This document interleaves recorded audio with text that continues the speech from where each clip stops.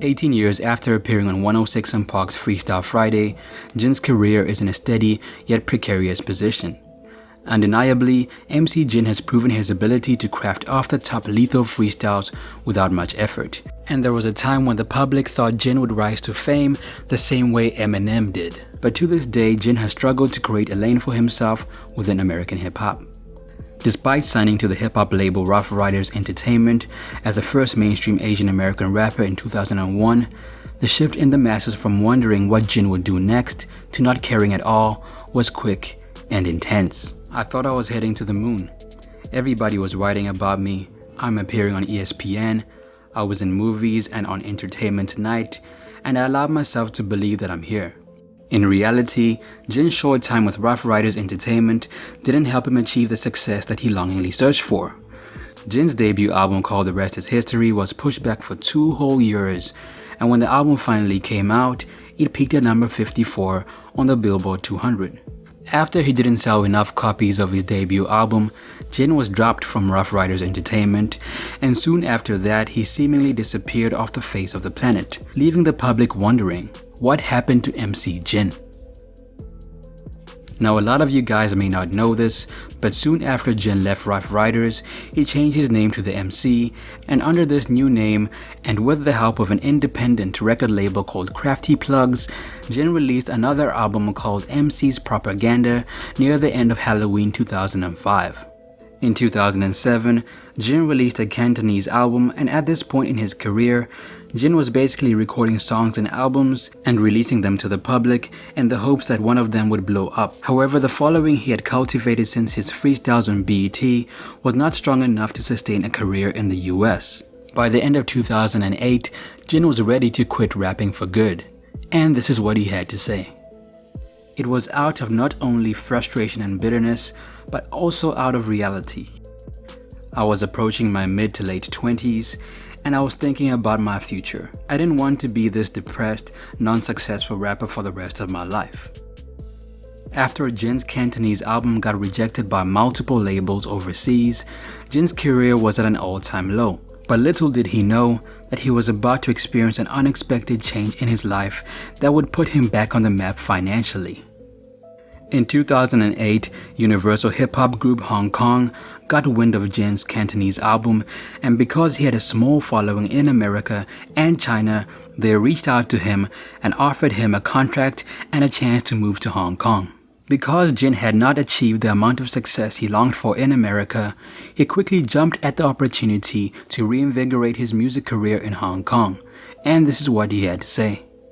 I didn't have a premeditated thought in terms of how long I would be out there for or what it would really mean. It was just like, let me get on this plane and go. I went out to Hong Kong, 3 months turned to 6 months, 6 months turned into a year into 2, 2 to 3, and I've been there for 4 years. Needless to say, the move to Hong Kong was a smart one on Jin's part.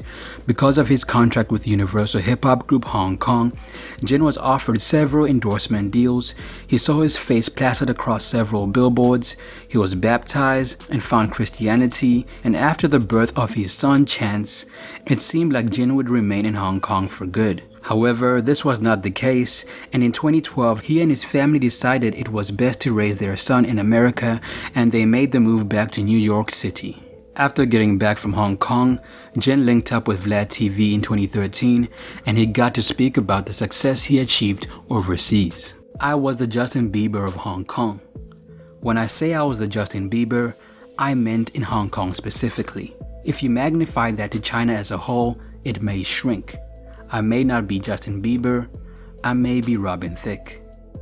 With a newfound hunger and determination to prove himself to the American audience, Jin inked a deal with an independent label called The Great Company, and it was there that he released his first studio album since returning to the US, titled XIV LIV. His new album was met with positive reviews, and Jin was in a good place in his life and music. However, it's safe to say that none of his songs made any impact on the American market. In 2017, Jin competed in a rap reality show based in mainland China called The Rap of China, and he went under the alias of Hip Hop Man. After his appearance on the show, he was able to further grow his audience in China, and in 2018, he became a rapping instructor and judge with Jackson Wang in a Chinese show called Idol Producer. Now, for those of you who don't know this, Idol Producer is basically the Chinese version of American Idols, except for the fact that everybody raps. So it's safe to say that Jin was making good money off the show. It goes without saying that Jin has been able to turn his career around, and even though he isn't popping in the States, he still managed to create a decent living for himself outside of the US. So in 2019, Jin made an appearance on China Mac's podcast, and for those of you who don't know their history, I'll sum it up for you briefly. In 2003, China Mac accused Jin of disrespecting the wife of one of his friends. China Mac confronted Jin inside the bathroom of a club in New York City called Yellow. However, one of Jin's associates named Louis allegedly rushed in with a knife to stop the altercation from taking place. After that, China Mac immediately took out his gun and aimed it at Louis' head. And when he pulled the trigger, his gun jammed. But when he tried to take another shot, he ended up shooting Louis in the back. China Mac quickly fled the scene after the shooting, and he went on the run for over a year before he was apprehended in Seattle while trying to cross over into Canada.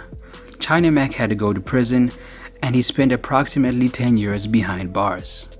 16 years after the shooting, China Mac and Jin addressed their beef on China Mac's podcast. I want to take the time to apologize. I never really even thought I would ever do that.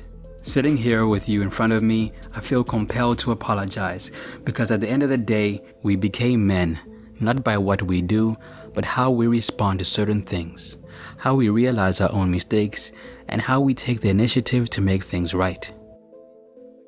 Jin later accepted Mac's apology, and he had this to say: "This is bigger than you, it's bigger than me. Whoever is watching this out there can see that there can be healing, and it happens at different times for everyone." Now, I don't know about you guys, but I love it when rappers are able to overcome their differences and realize that there's more than enough room for every artist involved in the beef to make money. So when China Mac and Jin finally ended their beef, I felt a sense of relief. Because at the end of the day, hip-hop is a competitive sport. However, sometimes friendly competition that doesn't result in violence is what's needed to push the culture forward. So for those of you wondering what Jin is doing now, I think at this point it's safe to say that Jin is still handling his business, and because of the setbacks he had in his career, Jin has become a humble, God-fearing man that occasionally drops hip-hop albums in either his home language Cantonese or in English. Jin is still trying to break into the American market, but because of the success he has achieved overseas, he's able to dip in and out of America whenever he wants to and still support his family with the money he makes in Hong Kong and China. So I'm gonna end the video right there. If you guys like this type of content, don't forget to subscribe and hit the notification button. It's your boy Ali. Peace.